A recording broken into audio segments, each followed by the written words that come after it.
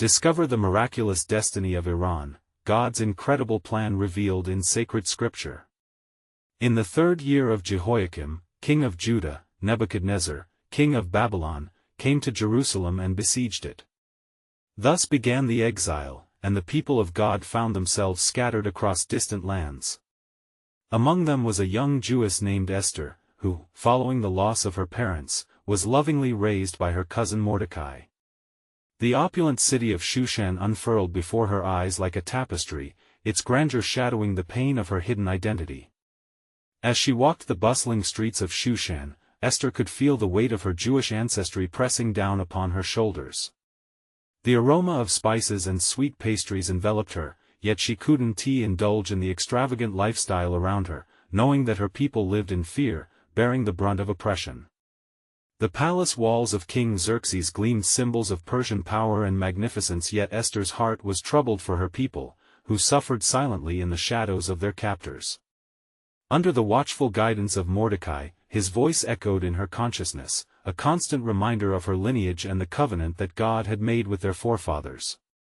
"You must remember who you are, Esther," he would say tenderly, instilling in her the importance of their shared faith. "Who knows whether you have not come to the kingdom for such a time as this?" Each word resonated deeply as she witnessed the dynamics in the kingdom, where pride and vanity thrived alongside an insatiable hunger for power. The news of Queen Vashti's defiance reached her ears, stirring a tumult within the Persian court. The king, seeking a new queen, called upon the fairest maidens of the land to participate in a beauty contest. As she was swept into the palace for rigorous preparations, Esther's heart raced with a mixture of anxiety and resolve. She donned lavish garments and adorned herself, but the weight of her true identity, her Jewish heritage, remained a secret that could spell disaster. Every day, as she immersed herself in the culture of royalty, she fervently remembered the disquiet among her people. In the stillness of the palace baths, gazing at her shimmering reflection, a revelation dawned upon her. Could this be the moment when God had placed her in this position to protect her kin? The fear of approaching Xerxes without invitation gripped her heart more tightly than ever, for the law dictated that such an act could lead to death. Yet, she felt God's hand upon her, steadying her resolve to act. As she prepared for the fateful banquet, tension thickened in the air, especially with the rise of the wicked Haman, whose heart yearned for vengeance against the Jews. The lavish table set before them mocked the treachery brewing in the shadows of the palace. Esther felt divinely orchestrated as she gathered her courage to unveil her identity and the peril that loomed over her people. Before we continue with this incredible biblical account, I want to make sure you don't miss any of these powerful scripture stories. Click the bell icon and select All Notifications. These biblical narratives have transformed countless lives throughout history. If God's word through this story is blessing you, please like and share with someone who needs to hear about God's faithfulness today. Tell me in the comments, which biblical story has most impacted your faith journey? I'm always amazed how God's word speaks to hearts across generations. Now let's continue with what the Lord did next. The banquet commenced, opulence surrounding her as she waited with bated breath. How would she reveal her truth amidst such luxury? As she opened her mouth, the future of her people balanced on the edge of her words. Would the king show mercy, or would her revelation seal a fate steeped in calamity for both herself and her kin? The echoes of God's sovereign plan resonated, urging her onwards toward what lay just beyond the horizon of her story. Would she act in faith when the stakes had never been higher? The moment of divine intervention loomed, holding promise and peril in divine balance, inviting us to ponder God's mysterious designs. Esther raised her cup, trembling as her heart echoed with the words of Mordecai. The splendid banquet hall was an arena of power and intrigue, filled with nobles and dignitaries who feasted unaware of the storm gathering on the horizon. She focused her gaze on King Xerxes, seated at the head of the table, his expression a mask of authority and expectation. "My lord, if it pleases you," she began, her voice steady yet soft, "I have prepared a request." A hush fell over the crowd as they turned their attention towards the queen, mouths full of rich delicacies momentarily forgotten. "What is your request, Esther?" Xerxes inquired, his interest piqued. A flicker of hope ignited within her. Surely God had brought her to this moment for a reason. As I sit among you, I find it grievous to say my heart is heavy. Her breath hitched, but she pressed on. There is a plot against my people, the Jews, who endure distress and suffering within your kingdom. My life, my kin, it hangs in the balance of a decree that could lead to our destruction. Gasps erupted around the table, and the drink that had been sipped was now cast aside in shock. Haman's eyes narrowed, and an icy dread coiled in Esther's gut. The wicked one had orchestrated the evil plans against her people, and now she stood face to face with the very man who sought their undoing. Who is he, and where is he who has dared to do such a thing? Roared Xerxes, anger boiling over within him. It is none other than Haman, your most trusted adviser, she declared, a weight lifted as she spoke the truth. He has cast lots to destroy us, to see us perish, for he cannot bear the presence of Jews amongst him. A silence fell in the room, oppressive and palpable, while Haman's facade cracked like glass, his mouth opening in disbelief. The king's eyes blazed with fury as he sought out Haman, who stood aghast as the revelation settled like a dark cloud overhead. Is it true, Haman? Xerxes thundered, his voice reverberating through the hall. Have you conspired to annihilate a people who have served this kingdom with loyalty? In that moment, all of Shushan trembled. The thought of annihilation loomed like a storm, yet God's hand was visible in Esther's courage, guiding her every word. She had not only revealed Haman's dark intentions but shone a light upon the plight of her people.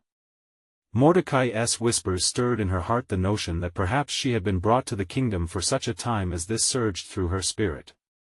Xerxes' fury turned toward Haman, who was now ensnared in the very trap he had crafted for others. Prepare him for execution, let justice be served. King Xerxes ordered, his decisiveness returning to him. As they seized Haman, Esther felt a profound sense of destiny intertwine with the events unfolding before her. More than a queen, she was a vessel of God's mighty power and instrument for her people. Yet, even as victory rippled through her being, dread lingered in the shadows of her heart. What would follow for the Jews, and how could they escape the repercussions of Haman's plot? Fearful hearts doubtless still lay beyond the doors of the palace, vulnerable and waiting.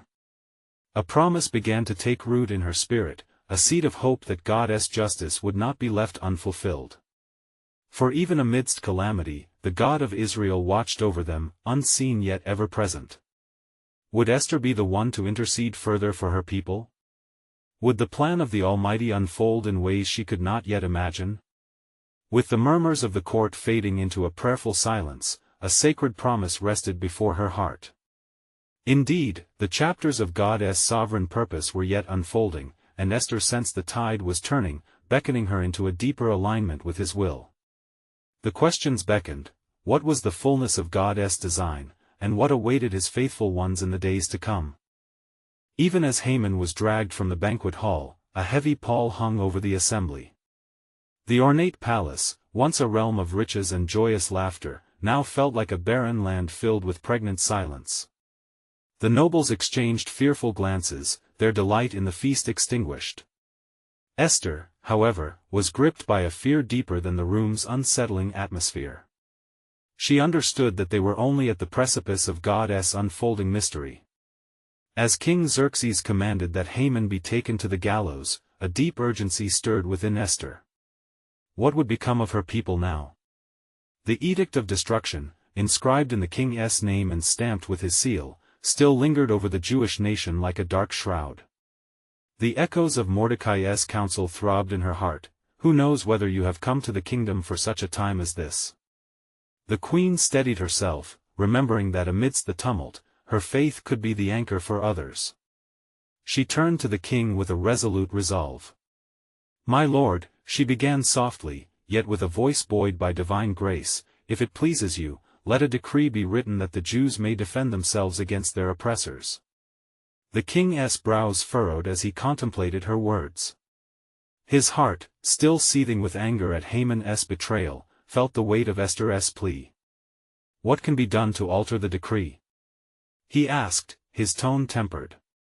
"Write in the king's name," Esther implored, "and seal it with your signet ring. For what is sealed cannot be undone." In this moment of intercession, Esther stood as a mediator, embodying the voice of her people before their sovereign. Her faith illuminated the dark recesses of the palace, casting a radiant light on her intentions. The decree would allow the Jews to rise up in defense, turning the tide of despair into one of resistance and hope. With a heavy heart, the king commanded scribes to draft the new decree. Harsh ink flowed upon the papyrus, words imbued with the power granted by Xerxes: "The Jews shall be allowed to gather and defend their lives, they may destroy any armed force of any people or province that might attack them." As the proclamation was unrolled, a profound wave coursed through Esther. She had not only shared her heart but had championed her people's cause. She felt the converging currents of heaven and earth, God's providence stirring behind the veil of human affairs. But while the moment bore the sweetness of victory, the shadows of uncertainty loomed still. Would the people respond in faith? Would they gather courage to fight? Esther knew that God's hand was at work, but Sarah's cry echoed through her thoughts: "The battle is not ours but God's." Once more, she found solace in prayer, retreating to the solitude of her chambers, where she fell upon her knees before the God of her ancestors. The air thickened with unresolved tension as she called out for guidance. "Lord, grant us the strength to overcome. May you protect your people and confound our enemies." As the words escaped her lips, she felt a stirring in her spirit, a whisper that tugged at her heart, reminding her that it was not her strength that would secure the victory, but God's unfailing promise. Would the Jews trust in the decree of their king? Would God's faithfulness manifest in the days ahead? The path before them was fraught with peril, but Esther sensed a divine wind beginning to blow, heralding a radical change. For as the pages of history turned, God's plan was far from concluded, and a surge of deliverance hovered at the threshold. A divine intervention awaited the faithful. Thus, the hearts of Esther and the Jewish people hung in the balance, with all of heaven watching. Little did they know, the God of Israel had already orchestrated the final act of redemption for their story. As dawn broke over the ancient city of Shushan, a new day unfolded with the heaviness of uncertainty still weighing on the hearts of the Jewish people. The news of the king's decree had begun to ripple through the streets, yet fear gripped their souls, whispering doubts amid glimpses of hope. What response would arise in the face of impending conflict? Would they rally together as one? In the privacy of her chambers, Esther remained in prayer, pouring out her heart to the Lord. "O God of Abraham, Isaac, and Jacob," she cried, "you who have promised to be with your people, grant us the spirit of courage. Empower us to defy our enemies and trust in your unfailing love." Meanwhile, the king, seated on his throne, gazed into the distance, pondering the day's heavy burdens. His mind swirled with thoughts of Haman's treachery and the gravity of the decree he had once sealed. Yet in the depths of his heart, he felt the stirrings of guilt and the weight of responsibility for the people of Israel. As the sun climbed higher, the word spread among the Jews of Shushan, and in every corner of the city, faces transformed from despair to determination. Mordecai, striding through the streets, rallied the people with fervor, declaring, "This decree is not merely a paper of oppression, for we have been given permission to defend the weak. Trust in our God, for he fights for us." In the gathering spaces, voices blended in prayer, longing for divine intervention. The elders of the community recounted the stories of their faith, reminding the young ones of God's past deliverances, how he had parted the Red Sea, sustained David against Goliath, and breathed life into despairing moments.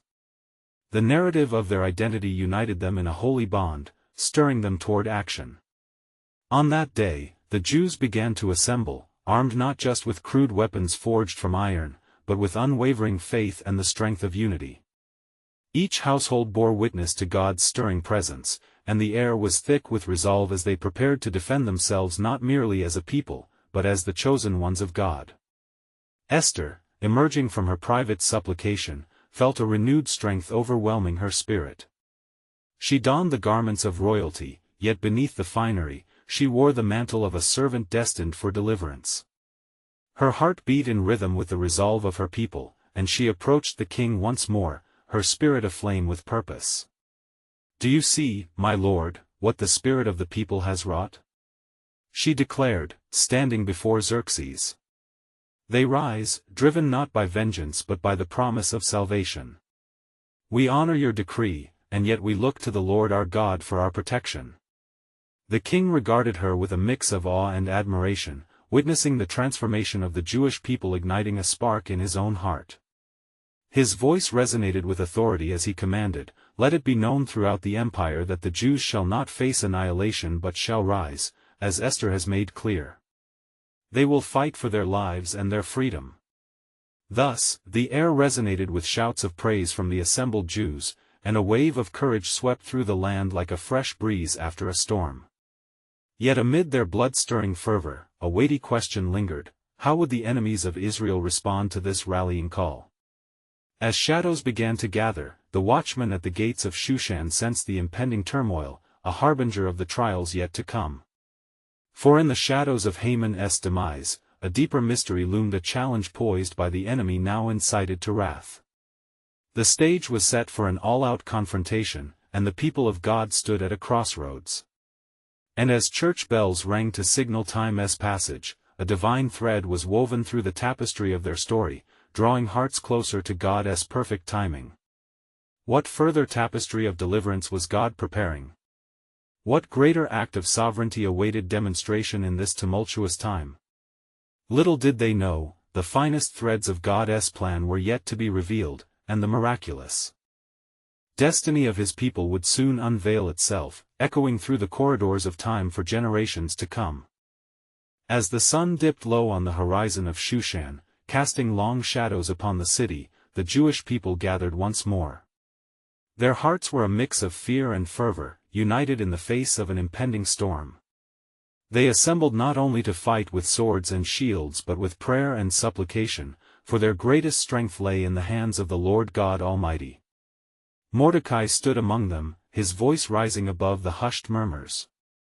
"Brothers and sisters, this day, we shall not fold beneath the decree of wickedness. Recall the words of our fathers, the Lord will fight for you, and you shall hold your peace." Exodus 14 verse 14. We are not a people forsaken, rather, we are favored by the Most High, and He will deliver us. The people's spirits lifted as they echoed Mordecai's assurance, their voices joining together like a mighty ocean wave crashing upon the shores of despair. Esther, aware of her profound responsibility, turned her gaze to heaven, seeking the face of the Lord. "O God, grant us favor and strength, let not fear have dominion over our hearts but fill us with faith that moves mountains."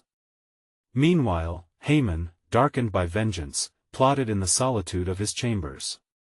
His heart was a cauldron of rage, boiling against the Jews who dared to stand against him. He could not bear the thought of Esther's influence upon Xerxes. Thus, he turned to his wicked advisers. "Prepare gallows for Mordecai. By dawn, let the sight of them be a warning to all who defy my command," he sneered, his voice dripping with rage. Night cloaked the town, but the Jewish community prayed. The elders called upon the scriptures, "If my people, who are called by my name, will humble themselves and pray and seek my face, then I will hear from heaven." 2 Chronicles 7 verse 14. Throughout the stillness, trembling hands grasped stones and sticks, symbols of preparation not for violence, but as reminders of God's power to save. As dawn approached, Esther, draped in royal garments yet weighted by the burden of her people, stood prepared to confront the king. She knew that the moment demanded the utmost courage.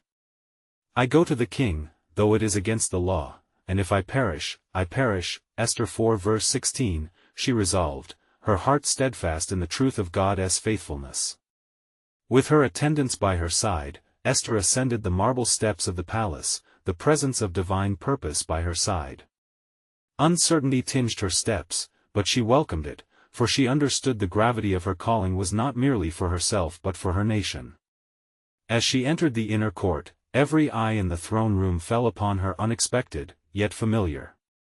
The king, surprised by her presence, lowered his golden scepter toward her, and the weight of unspoken hope settled upon them. "What is troubling you, Queen Esther?" What is your request?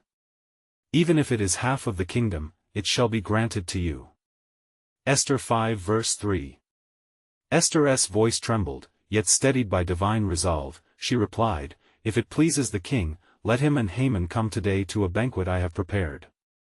Xerxes, intrigued, quickly summoned Haman to his side, and together they went to the banquet. As they dined, the aroma of food filled the air, yet an undercurrent of dread swirled around the table, unbeknownst to Haman. For Esther gripped the truth of her heritage tightly, a secret she could now no longer conceal. At this banquet, she thought, I shall reveal my identity and plead for my people, for it is through our peril that God's purpose will be unshackled. But what unforeseen twist awaited them in this encounter? What confrontation loomed just beyond the doors that could either seal their fate or illuminate deliverance? As the banquetiers feasted, unseen yet moving behind the veil of human understanding, God worked his sovereign plan. And so, as the night thickened, entwined with destiny, a divine revelation sparked in the air. Would Esther's faith ignite the flame of salvation for her people, or would darkness triumph in a single moment? The stage was set, and with it, the sovereign will of God awaited its unveiling. As the banquet unfolded in the opulent hall of the king, the rich aromas intertwining with the tension in the air, Esther's heart danced between hope and trepidation. She knew that the moment had come, the time to reveal her truth could not be delayed. Xerxes, unaware of the desperation veiled beneath the delicacies upon the table, feasted with delight. His laughter echoed through the grand room, bringing a sense of normalcy that felt foreign amid the storm brewing just beyond the palace walls. Haman sat beside him, too engrossed in his own vainglory to notice the shifting tides of providence surrounding him. With a steadying breath, Esther resolved to address the king. As she lifted her chalice, she met the eyes of Xerxes, her voice emerging like a whisper through the clamor. O king, if I have found favor in your eyes, grant me my life and the life of my people, for we have been sold to be destroyed, killed, and annihilated. Her words hung in the air, each one weighted with anguish and urgency. The laughter in the room faded, replaced by a palpable silence. Xerxes, his brow furrowed in confusion, turned toward her, his voice laced with disbelief. Who would dare do such a thing? Who would put you and your people in such peril? Esther's heart raced, yet she summoned the courage bestowed upon her from the prayers of her people. The adversary and enemy is this wicked Haman, she declared, pointing decisively at the man who had plotted so cunningly in darkness now brought to the light of truth. Haman's visage turned pale, the color draining from his face as if the very air around him had grown heavy with judgment. The king's fury ignited like a storm, he rose from his throne, casting aside the remnants of festivity. What treachery is this? He thundered. You would seek to destroy those whom my queen holds dear? The weight of his words reverberated through the chamber. Haman, now stripped of his bravado, stammered before the king, appealing for mercy, but his cries fell upon deaf ears. The king waved his hand in dismissal, his heart steered by divine wrath. Let him be hanged upon the gallows which he prepared for Mordecai. He commanded, a swift decision cascading down like the scrolls of fate unrolling before them. As guards escorted Haman from the banquet, Esther felt a surge of relief mixed with the sobering reality of the past. She had stood at the precipice of annihilation and now held within her grasp the threads of deliverance. Yet the battle was not yet over, the decree against her people still stood firm like a shadow. Turning to Xerxes, she pleaded further. O king, the decree against my people cannot be undone, for it has already been sealed in the king's name and cannot be revoked. Grant my people the right to defend themselves against their adversaries. Sorrow and determination filled her voice, and Xerxes, fueled by the passion of his queen's plea, responded with authority. I will issue another decree, give the Jews in every city the right to gather and protect themselves. Let them defend their lives and annihilate those who seek their destruction. As the king's command etched upon parchment, a glimmer of hope ignited within the hearts of the Jewish people. Yet, there remained the reality of what they still faced. The day of reckoning loomed nearer, and their faith would soon be tested like never before. In a darkened corner of Shushan, the whispers of the people enveloped the atmosphere, their trust in God palpable. Struggles drew lines across their faces, yet expectancy danced in their eyes. Deliverance was now perhaps a step closer. But what deeper purpose did the Lord have in this deliverance? Whispers of a greater narrative rippled through the hearts of the faithful, revealing that this battle was part of a grander plan, a prelude to the fulfillment of God's promises to his people. What would the coming days reveal? What lessons waited on the horizon, entwined with the fate of nations? From divine confrontation would emerge the threads of a miraculous destiny woven into the very fabric of God's eternal plan. As the dawn broke over the city of Shushan, the air was thick with both apprehension and expectation. The decree had been proclaimed, yet the hearts of the people were torn between hope and fear. Esther, having borne the weight of her people's plight, now found herself in a moment of sacred reflection, seeking the guidance of her God. In the quiet of her chambers, she turned her gaze toward heaven and offered a prayer, invoking the ancient words of her ancestors. O Lord of hosts, you who dwell between the cherubim, look down upon the agony of your people. Remember your covenant with us, and deliver us from this peril. Her spirit wrestled with the gravity of her calling, for she knew the day of battle approached swiftly. Meanwhile, the news of Haman's downfall spread like wildfire. Fear loomed in the hearts of those who had plotted alongside him, knowing that the king's wrath could just as easily turn upon them. In the shadow of uncertainty, the Jews prepared to gather and muster their strength. Mordecai, stirred by the Spirit of the Lord, emerged to rally the people. His voice resonated with authority as he addressed the multitude. Brothers and sisters, take heart. The hand of our God is upon us. We have been delivered from the grip of our enemies. Let us gather as one, armed not only with weapons but with faith. For it is written, the righteous cry out, and the Lord hears them, he delivers them from all their troubles. Psalm 34 verse 17. With fervent hearts, the Jewish people of Shushan assembled, their faith kindling a flame of courage within. Mothers and fathers whispered prayers over their children, invoking protection and strength. The community, once scattered and vulnerable, now surged with hope, united in purpose. Yet, the Persian officials and their allies remained resolute, plotting to quell the insurrection. Their resolve darkened like the clouds before a tempest, and whispers of intimidation filled the streets. The Jews are but a minority, they will fall to our might, they said, mocking their resolve as they sought to disband the gathering. Esther, upon hearing the disquiet wrought in the hearts of her people, resolved to act once more. Clad in royal garments, she made her way to the king's court. As she entered, a silence fell, the hush of anticipation settling over the assembly. Xerxes, seated upon his throne, looked upon her with renewed fascination, grateful for her courage. Esther, my queen, what more do you seek? He asked, his voice echoing with authority. With trembling lips but bold spirit, she replied, O king, though the decree for our destruction be altered, the threat against my people looms still. I beseech you to grant them the power not only to defend themselves but to strike down their oppressors where they stand. The king, sensing the urgency in Esther's plea, pondered her request. What assurance can I have that this will not lead to greater bloodshed? He inquired, a furrow of concern forming upon his brow. Trust in the wisdom of our God, she urged, her eyes aflame with passion. For it is he who has brought us to this hour, and it is by his hand we shall be delivered. Xerxes, roused by the conviction of his queen, nodded solemnly. So be it, let it be written that for this day, the Jews shall rise and defend themselves. Anyone who dares oppose them shall face the judgment of the king. As the decree was set into motion, a divine current began to flow through the hearts of the Jewish people. Empowered by sacred promise and renewed strength, they stood ready for the battle to come.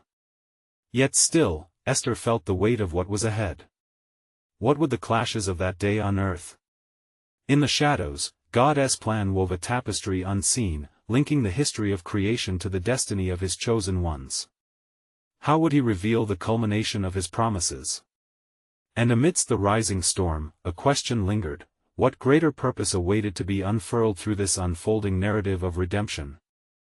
As the sun ascended higher, its light pierced the heavy clouds of despair that lingered over Shushan. The decree had stirred a tempest within the people, igniting both fear and courage within their hearts. With renewed resolve, the Jews prepared for the battle that lay ahead, gathering their families and fortifying their spirits in prayer and unity. Mordecai stood at the forefront, his voice strong and unyielding. "Children of Israel, take your positions. For today, we shall stand not as scattered sheep, but as valiant warriors of the Most High God. Remember the words of the psalmist, 'Our help is in the name of the Lord, the maker of heaven and earth,' Psalm 124 verse 8. He is with us, we shall not falter." With banners raised and hearts bolstered, the Jews readied themselves for the coming confrontation. Armed with swords and shields, they whispered words of strength, recalling the divine protection promised to them. The air buzzed with fervent prayers. "O Lord, shield us. Deliver us from our foes." Meanwhile, in the palace of Xerxes, the air was thick with tension. Haman's influence had been shattered, yet dissenting voices clamored, arguing against the king's decree. "Are we to allow the Jews to take arms against us? They are a rebellious lot, driven by their own laws." They spoke with venom, sowing seeds of discord amidst the council. But Xerxes, stirred by Esther's conviction and the whispers of God's presence among the Jews, held firm. "They shall defend themselves as they see fit, for I trust the counsel of my queen. Let it be known that any who rise against them shall find my sword at their throats." His voice, firm and resolute, calmed the unrest within the chamber. In the streets, news of the king's decree spread like wildfire. With each passing hour, the Jewish people found courage rising like the morning sun. Armed and resolute, they gathered in the marketplace, their faces radiant with hope.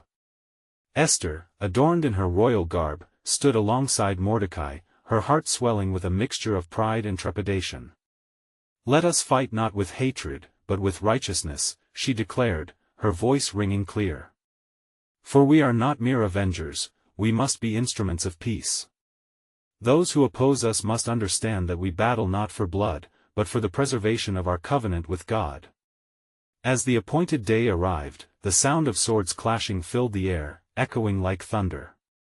The Jews engaged their enemies, emboldened by the remembrance of their God's promises. They cried out in unity, their voices lifting to the heavens, and God's hand moved mightily among them. But amidst the chaos of battle, a strange stillness spread across the battlefield. Those who stood against them began to falter, their strength unwinding as a thread pulled from its seam. Panic seized the hearts of their foes, for they felt the weight of divine presence upon them. "What is this? Who fights for these people?" they whispered in fear. Esther, witnessing the unfolding of God's providence, knelt in prayer, her heart alight with both awe and gratitude. "O Lord, reveal your wonders to us. You are our shield and our salvation." As day turned to dusk, the tide of battle shifted dramatically. The Jews, bolstered by supernatural strength, began to prevail. Yet, amidst their victory, a shadow loomed. A greater threat awaited, one that would test their faith and the very foundations of their resolve. Deep in the heart of Shushan, a greater plan was at work, weaving a tapestry of redemption, calling forth the past to fulfill the promise of the future. What lay ahead was yet to be revealed. Who would stand in the gap as the final confrontation approached? For in the sanctity of God's promise, the greatest battle was not with flesh and blood, but with the spirits of darkness that sought to extinguish the light of his chosen people. What miracle awaited them in this unfolding saga of deliverance? As morning dawned anew, the cries of battle became entwined with the songs of victory. The brave hearts of the Jews surged with divine zeal, their enemies gradually succumbing before them. Those who had once been confident, intent on eradicating the people of God, now recoiled in terror as they became ensnared by a fear unknown to man. Mordecai, leading his kin with steadfast resolve, shouted across the battlefield, "Hold fast! The Lord of hosts is fighting for us. Let us not grow weary, for our God is with us, even to the end of the age. This was more than mere rallying. The weight of heaven bore witness to their righteous stand. Yet, unbeknownst to the Jews, hidden deep within the corners of Shushan, Haman's family whispered among themselves, emboldened by the despair of their fallen comrades. Shall we sit idle while our kin are defeated? The voice of Haman's wife, Zeresh, rang out. We must summon the remnants of their force, for if our family is to be avenged, we cannot let our enemies prosper. Their plot thickened like the clouds that had obscured the light before, gathering strength, but oblivious to the divine maneuvers above. Meanwhile, the Jews experienced a deeper conviction, unexplainable apart from the mighty hand of God. Esther stood with Mordecai near the gates of the city, her voice rising above the tumult. Children of Israel, take heart. Today our God will glorify his name through us. As if in answer to her plea, the heavens opened, and a single beam of sunlight broke through the heavy clouds, illuminating Esther and Mordecai. The onlookers gasped as a sense of awe swept over them, and an ancient promise whispered through their souls, a reminder of Exodus 14 verse 14, "The Lord will fight for you, you need only to be still." With that, the tide turned, the Jews surged forward, driven by both purpose and holy fervor. Cries of triumph rang as they clashed with their adversaries, emboldened by the knowledge that their cause was just. Yet, beneath the surface, a hushed tension remained. What was soon to unfold, no one could foresee. Into the fray stumbled Harbona, a servant of the king, and as he fell to his knees, he shouted, "O Queen Esther! My heart bursts with news. Haman has constructed a gallows, with which to finalize his decree against you and your people." A cold silence enveloped the battlefield, for the Jews were torn between victorious celebration and horror at what lay in the shadows of Shushan's gates. Esther, standing firm, whispered, "The Lord has a plan, I sense his hand upon us even now." As the battle raged, Mordecai turned his gaze toward the palace. "We must not seek vengeance for ourselves, but wait on the Lord. For his timing is perfect, and his purpose higher than our understanding." He recalled the prophecies of Joel, which spoke of the restoration of the fortunes of Judah and Jerusalem, invigorating their spirits with hope. Amidst the clamor, the words of truth resonated fiercely. Would our deliverance be wrought through our own strength, or through the divine orchestration of a loving Father? Esther pondered with desperation. What does God require of us in this hour? And as night approached, the plan of Haman's destruction was set into motion, the gallows awaited. Yet Esther and Mordecai stood firm, their eyes aflame with anticipation of what was to come. The battle would soon engage not only the flesh but the very spirits that sought to thwart God's people. What would happen to the gallows? Would God's sovereign plan unfold as promised, or would darkness overshadow the dawn? The future remained veiled in mystery, whispering of greater battles and divine deliverance yet to emerge from the shadows of despair. For beyond every trial lay the unfathomable depth of his purpose awaiting revelation. As the light of the new day broke upon the horizon of Shushan, an air of expectancy filled the city. The Jews, fortified by divine strength and confidence, prepared to confront the day that would forever alter their fate. Esther stood amongst them, her heart resolute, knowing that the Lord had orchestrated every moment leading to this divine culmination. "Mordecai, we stand on the precipice of deliverance," she declared, her voice ringing with unwavering conviction. "Let us move with purpose and faith, for our God has shown us that victory is at hand." The cries of the faithful echoed as they gathered together, invoking the goodness and mercy of the Almighty. Their weapons clanked, the sound symphonic like the heartbeat of a people united in the promise of God. Mordecai, bathed in the glory of hope, began to address the multitude. "People of God, let us march forward. The battle is the Lord's."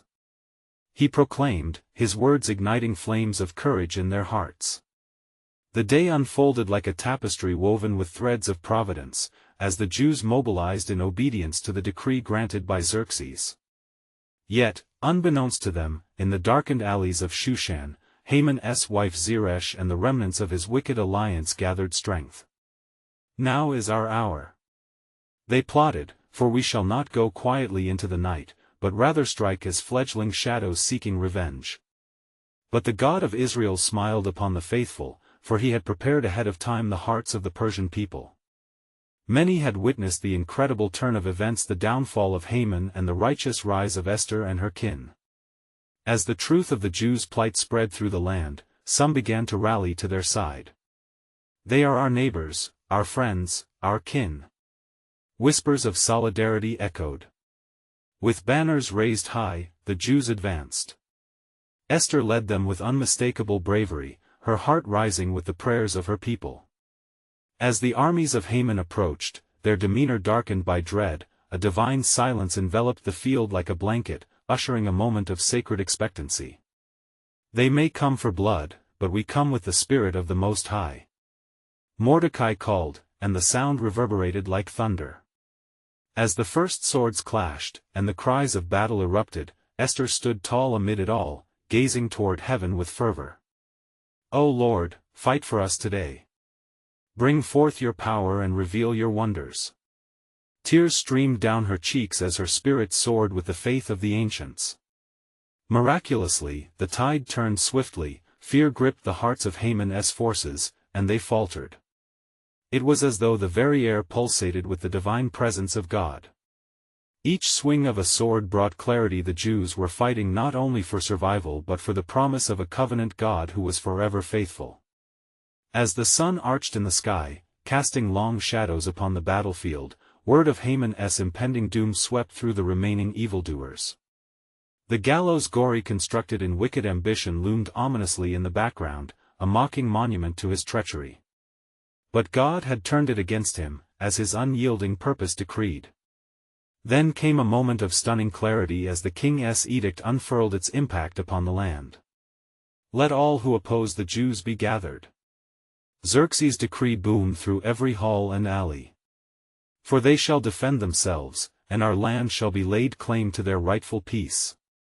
With that, the remaining forces of Haman scattered, seeking refuge from the relentless tide of a people galvanizing in faith. The Jews had risen as one, emboldened and empowered by what they knew deep within the God of their fathers was fighting for them. In the final throes of Haman's rebellion, the gallows that had been built for Mordecai became the very instrument of Haman's disgrace.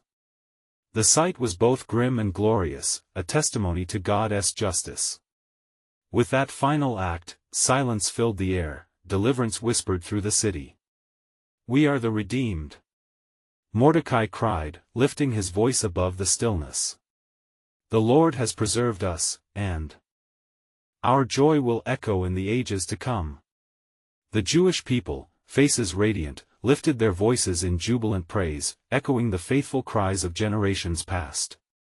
That day would be remembered as one of miraculous salvation, stamped by God's dominion over history. The promise once whispered to their forefathers had found its fulfillment in Shushan. God had not forsaken his people. As the sun began to set, Esther and Mordecai stood together, gazing over the city now filled with life, laughter, and blessings once lost. A feast of celebration began that evening to honor the miraculous deliverance bestowed upon them. They rejoiced in unity, recounting not only what God had done but who he was, a God of covenant, love, and unwavering faithfulness. In that moment, a joyous proclamation rang out across Shushan: forever we will remember this day. The day when we stood against all odds and found our God to be true. And so it was decreed, henceforth, that the festival of Purim would be celebrated by all Jews, an everlasting remembrance of God's providence in the land of Persia. To those who hear this tale, may you feel the heart of God beating through the ages. And if you want to learn more about his works, you need to subscribe now to stay connected to God's Word. Leave a like now to help spread God's Word through the algorithm so more souls can be touched by his faithfulness. Comment below with your reflections and how this powerful biblical story impacted your faith, because together, we can share the light of his love. Don't wait even one more second to share this powerful testimony with at least 5 friends who need to hear God's truth. Your action could ignite a spark in someone's heart today. The call of faith resounds. Join in and let us spread his presence together.